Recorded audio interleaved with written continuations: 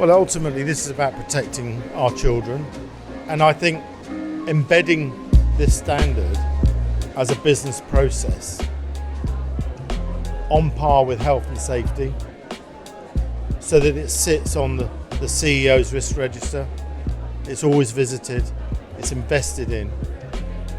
Invest in the youngsters of today, as they are our future. You are listening to The Standard Show, the podcast that brings you the stories behind the standards, with Matthew Childs and Cindy Parakill. Hello, this is Matthew Childs, and welcome to The Standard Show, the podcast that brings you the stories behind the standards.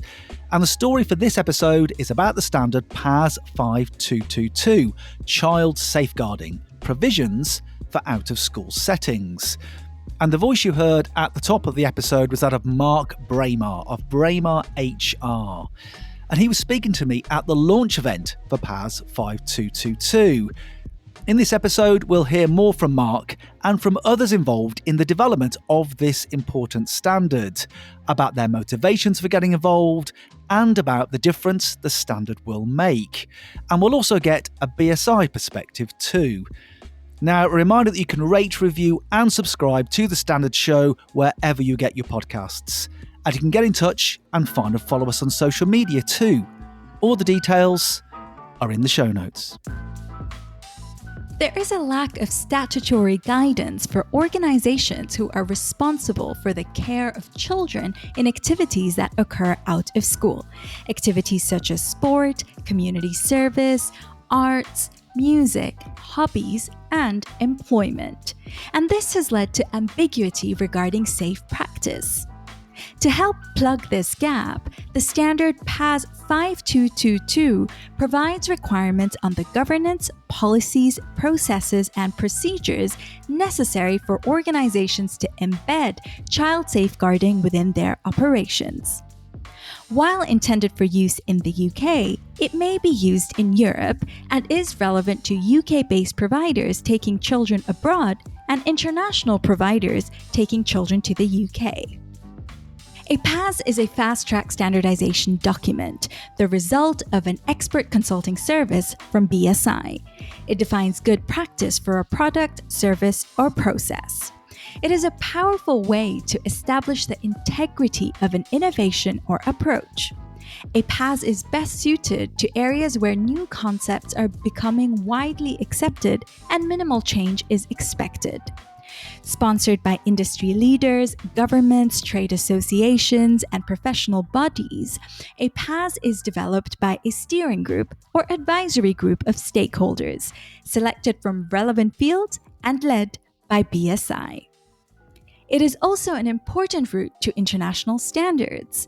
Around 30% of PASs developed by BSI have gone on to become international standards, such as ISO standards.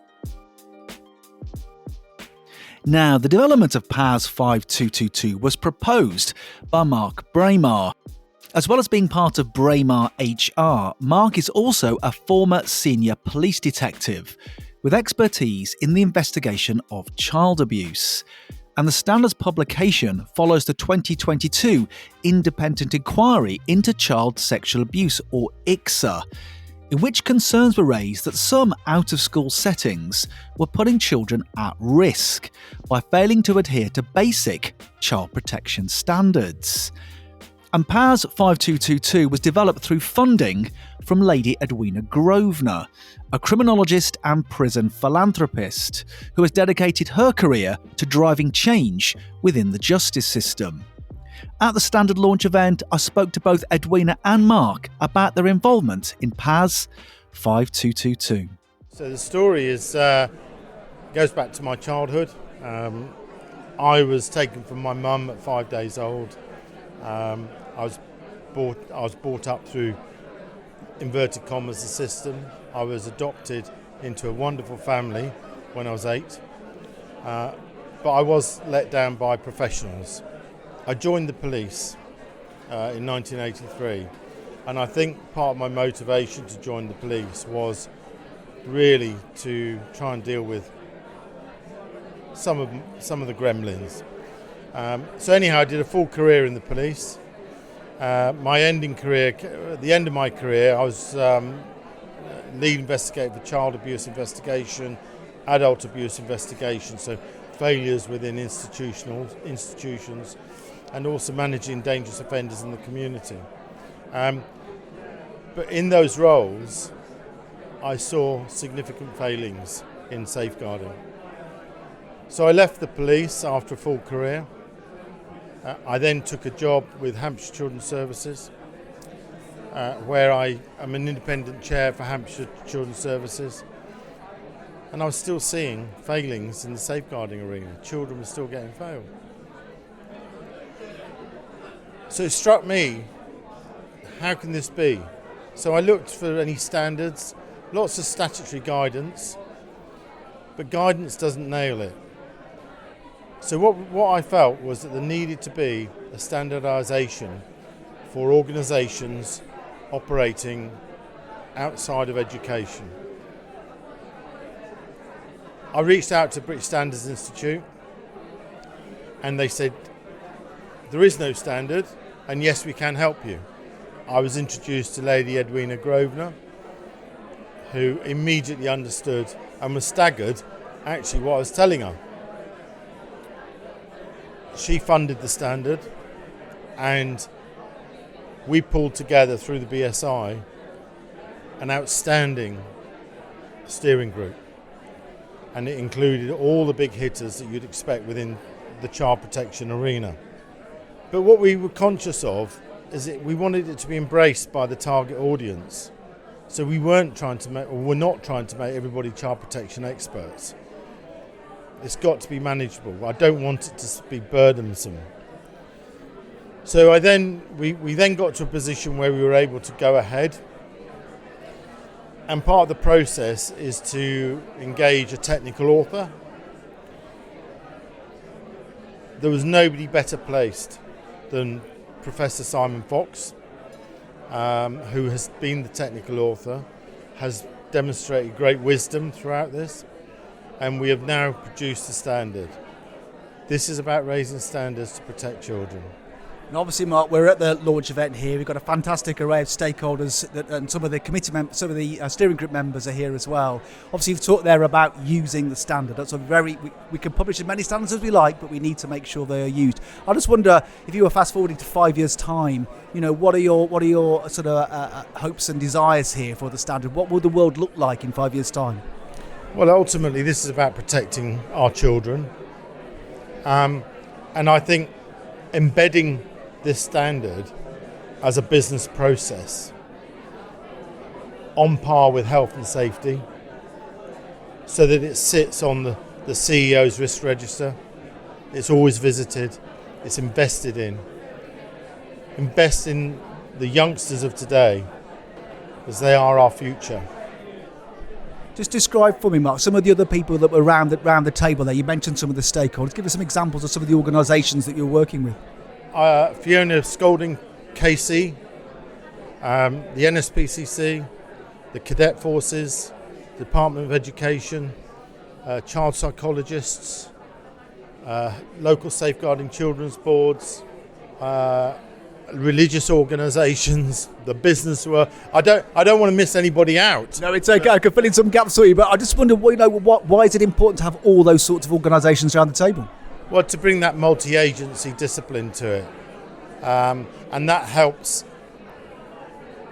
with it not being Mark Bramah's way, brings the balance, and also it's productive challenge, pushback. Is this really going to happen?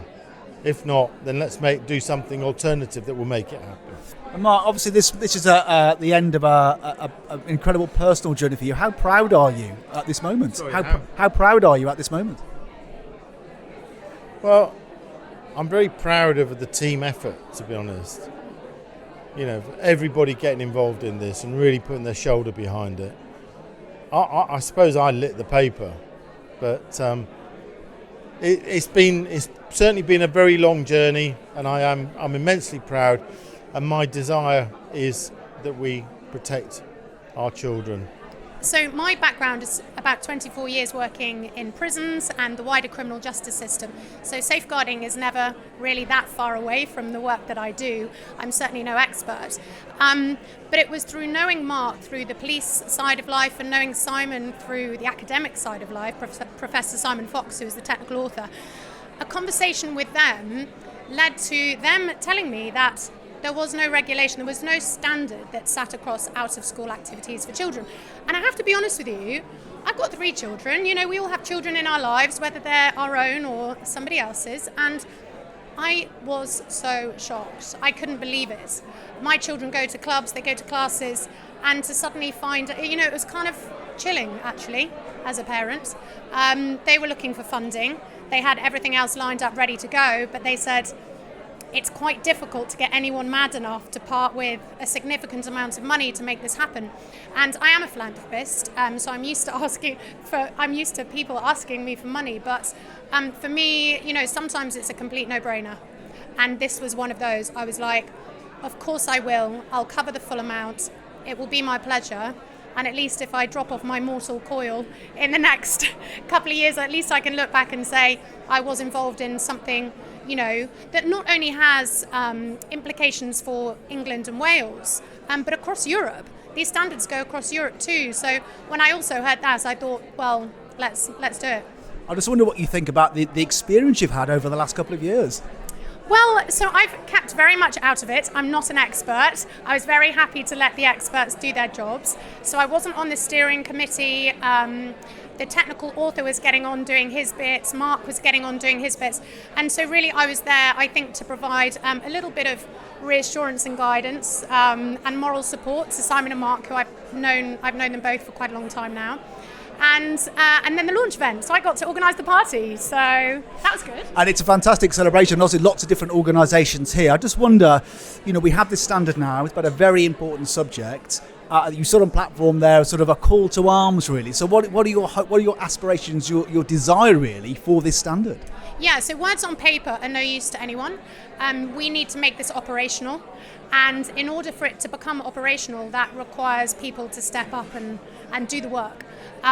It's not a great departure from safeguarding in general. I'd say it's a complementary add-on. It should be seen like that. But quite frankly, is it going to be a bit more admin for people? Maybe. But I think we can all agree that protection of our children is, that admin is worth it. Now, we always say, I always like to ask people about when we at standards launches about what difference this will make. If we were looking for it in 5 years' time, you and I having this conversation, what would you like to have happened? Yeah, well, I guess, will it have made a difference? I really hope so. And it is down to the people who are in this sector, the people who live it and breathe it, to implement it. And I can't emphasise that enough. But I would like to think that we do manage to protect some children. I would like to hear it coming up in conversation in my work. I'd like to hear it coming up in conversation when I'm at the rugby club, where I am with my boys and girls at the weekend. So I think it's when you hear things coming back to you in unrelated situations that you think, oh, actually, something great's happening here, if I'm still hearing about it. Now, you've had a very personal involvement with the development of this standard. I just wonder what you might say to other people, who are thinking about getting involved in standards. You now have an insight to the process, and we're now at a launch event of the document. What would you say to someone else who's thinking about getting involved in standards? Well, I think from a philanthropist's point of view, which I think I can only really speak from that point of view in this context, what an amazing thing for us to be able to put our money towards, if you can. I mean, absolutely, it's been amazing. Standards affect all of us every day, wherever we go, whatever we do. By defining good practice, they help people and organizations to do things better. Each year, standards bodies publish thousands of standards, and we are looking for more people like you to join our community of standards makers. We welcome applicants from all fields, backgrounds, and career stages. Our goal is a simple one: to have a balance of views around the table. By becoming a standards maker, you could help to improve the way things are made and done, like creating healthier and more inclusive workplaces, developing higher quality healthcare systems, making advances in AI governance, or accelerating climate action, and many, many others. So, if you want to make a difference and shape the world through standards, start your standards making journey now. Details of how to do so are in the show notes. Well, I'll give you an opportunity now then, given that we have a formal title, which is PAS 5222 2024, Child Safeguarding Provisions for Out-of-School Settings Specification. Yep. How would you describe it? I would describe it as very timely, very necessary, somewhat disconcerting that this hasn't been done before, and it is scalable. So it's something now that can be used by an individual who's actually undertaking out-of-school activity for children by themselves, and it can be used by larger organisations now to ensure that they are meeting those key but very important elements to safeguard children under their care. Now, Simon, it's the first time you've been involved in developing a standard. How's the experience been? Will you be doing others in the future, do you think? I would like to actually see how we can now grow this particular standard. I think there's a lot of interest now already internationally as to saying, well, this is what's happening in Britain. How can we actually apply this elsewhere? I think I would be interested to see how we can develop this into further advice in regard to short courses about how you can actually do this. Otherwise, I am more than happy in my current role at University of West of London. However, if there's ever an area of requiring a standard, I've been through the mill now, I know how it's done, and yes, I could assist. Now, as part of the Standards Show, we're always interested in people, well, we're always promoting standards making participation. You are now a standards maker, effectively. How has that experience been for you? Excellent, I have to say. I think what I would say about the way the standards are developed is that it's not a lonely role. It's actually and I like the way it's being expressed actually in a lot of those meetings that we had. It's a means of consensus. So yes, initially you do create it, but that's actually what I call like an Aunt Sally, in that it's something then that can be knocked down. It's something then that people can then say, right, actually, thank you so much, but what about this, what about that, and how you develop it. So because it's an iterative, a developmental process, I found that actually it builds your confidence and it's very enjoyable. And what about your message to maybe to the academic community about other people getting involved in this way? I would suggest academic community, you might think peer review is actually quite difficult. This is far more, because you've got to get the initial part, at least sensibly recognizable as something that the experts of that steering group will actually agree to, and then they will take forward and they will develop. So I would say academics, if you want to achieve something that has true impact, follow the PAS and the BSI standard developmental model, because essentially what you're doing there, it's being checked a number of times by experts, it's being checked by public purview, and then you end up with something that's really of high quality. Obviously, this is we're at the launch event tonight. I presume it's a proud moment for you. This is your baby sort of out there in the public. Well, very much so. It's something that actually, because of it growing over this amount of time, over the last sort of year or 18 months or whatever it's been, it's something that suddenly has just occurred to me. Wow, and listening to some of the speeches about why this is so important then really rammed it home to me. So I'm very proud to have been involved in it. But as you say, I am standing on the shoulders of others who have also been along for the journey with me. That was Dr. Simon Fox, Associate Professor of Criminal Justice and Legal Education at the University of West London, and the technical author of PAS 5222, talking about his experience of the development process for the standard. Now, at the launch event, I caught up with a couple of other people who had played roles in the story of PAS 5222, and that was Claire Dan and Fiona Scalding. Claire Dan is Director of Safeguarding at the BSA Group and Director of the Safeguarding and Child Protection Association. And Fiona Scalding KC is a barrister at Landmark Chambers. I started by asking Fiona about how she became involved. I first became involved because I was one of the barristers involved with the independent inquiry into child sexual abuse, and I was involved in the schools investigation, but also into the religious organisations investigation, which involved looking at lots of out-of-school settings. As a result of that, the inquiry made various recommendations, and one of the things I was very interested in was this area to do with out-of-school settings for which there is little to no regulation or oversight. And I think we were all quite shocked and surprised that there wasn't such. So Mark approached me, and I have provided him with some encouragement, I think it would say, more than assistance. I think maybe, you know, my exhortations were better than actually doing any work. So, but I'm really glad to see that it's been published. I think it's incredibly helpful.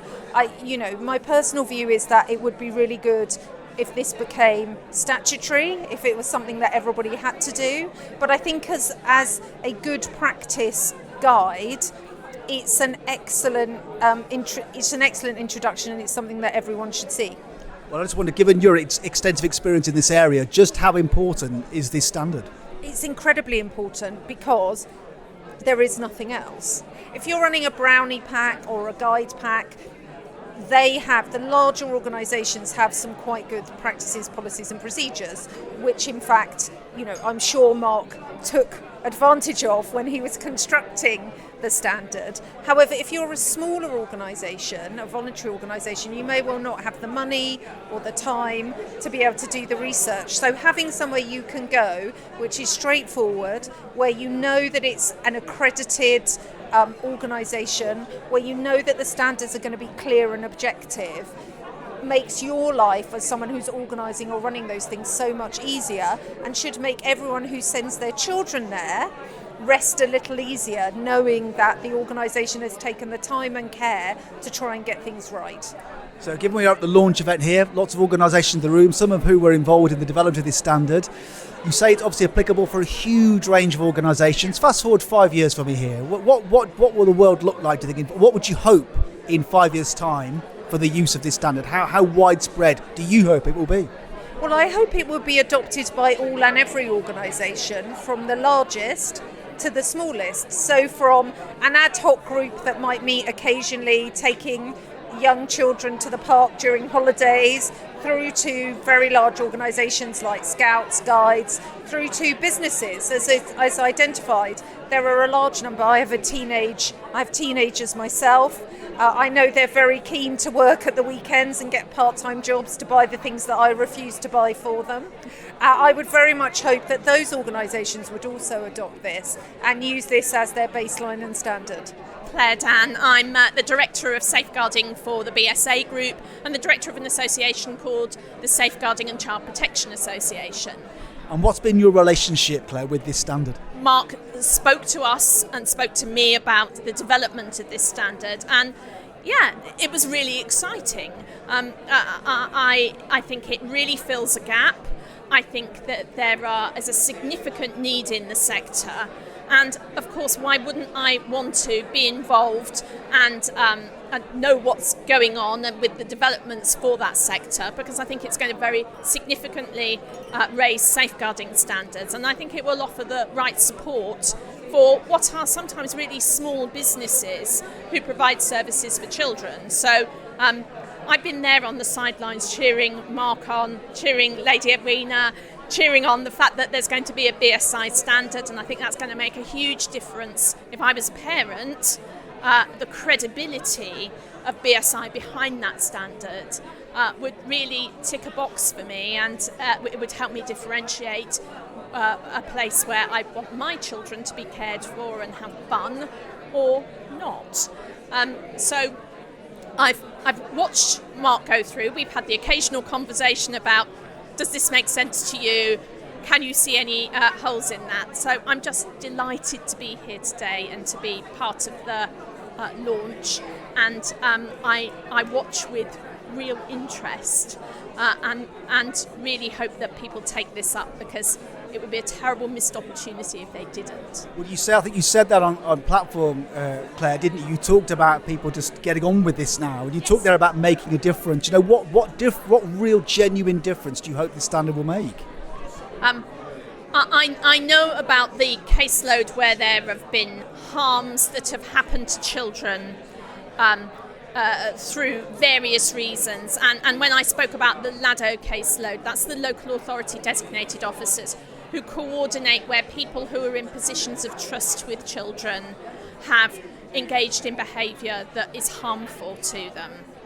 If you're jogging along, brilliant with your children and running your business, but you don't have the same kind of guidance and background that statutory agencies have, that there are many of those out-of-school settings who the first time they get that support is because something has gone wrong. A child could potentially have been harmed. And I think that there is, with some people in the setting, that level of naivety, and that's a terrible shame. So what difference is it going to make? I sincerely hope fewer children will be harmed and have to recover from trauma that could have been avoided. But there are other really simple things. A little personal anecdote that I chose not to use: when my daughter, who is now 27, went to a sports centre day during the holidays while I was at work, I picked her up and they said, "Oh, Mrs. Dan, she's had an accident." We were playing with balls and a ball hit her in the stomach and she passed out. She blacked out for a bit. She's okay now. She went swimming this afternoon. Of course, as a parent, I'm sort of silently on the ceiling saying, well, thank you very much. I don't quite understand why I didn't get a phone call straight away. And we spent the next 2 hours down at the walk-in centre where they told me that a very significant injury could have happened.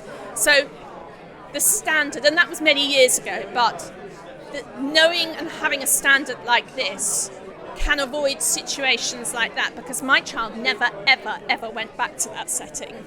I think it's really important that we have the credibility of BSI behind this. I think the challenge for all of us who want this to be taken up and very widely is to decide how we communicate and help this live for people. Not just a paper document, how we make it possible for them. And I know that there will be providers who work with people who want to go through the process in order to do that, and we need to translate and make it possible for them, because it's simple enough, but they need us to help them with their confidence. So that's my challenge to anyone who wants to be involved. We complete this episode with the BSI perspective on PAS 5222 and Victoria Snelling, Head of Content Development at BSI. I asked her about why a PAS has been used to address this particular issue of child safeguarding in the provision of out-of-school settings, and also about the relationship between the standard and government regulation in this area. But I started by asking her about her personal role in the development of the standard. So when this standard first came into the team, I got closely involved because it is a subject that I'm interested in, and it needed a little bit of help through the first stages. It's a difficult subject for a lot of people to talk about, so I got involved at the early stages to kind of smooth the way through building up the steering group and getting the first draft ready. I worked quite closely with the technical author to produce the base document that the steering group then worked on to create what is the standard now. And I remained involved because I think it's an important standard and I wanted to keep an eye on it. Now, you mentioned that's an important standard for a very important subject, a quite sensitive subject, I think. I just wonder, why is the PAS the solution here?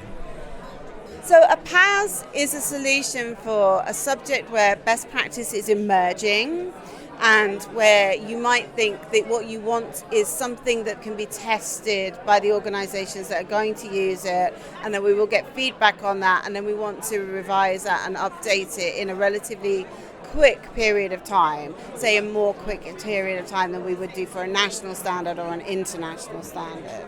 Now, obviously, a standard is not a regulation, it's not a legal document. I just wonder how this particular one, given that it's the sort of public policy interest here, how will this standard work to support public policy?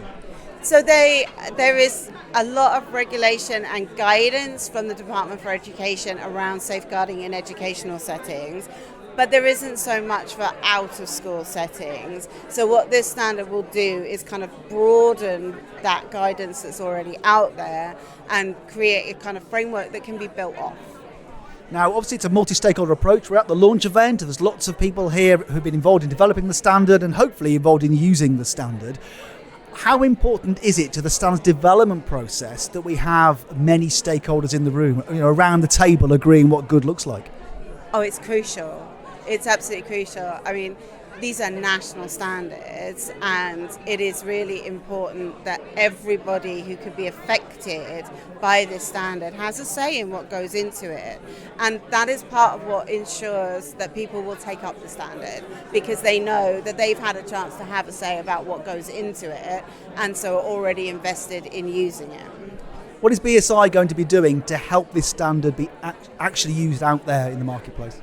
Well, you're helping to make sure that this standard is going to be used, because you are producing this podcast. But we are also working with everybody who's contributed to this standard and supporting them in terms of promoting it.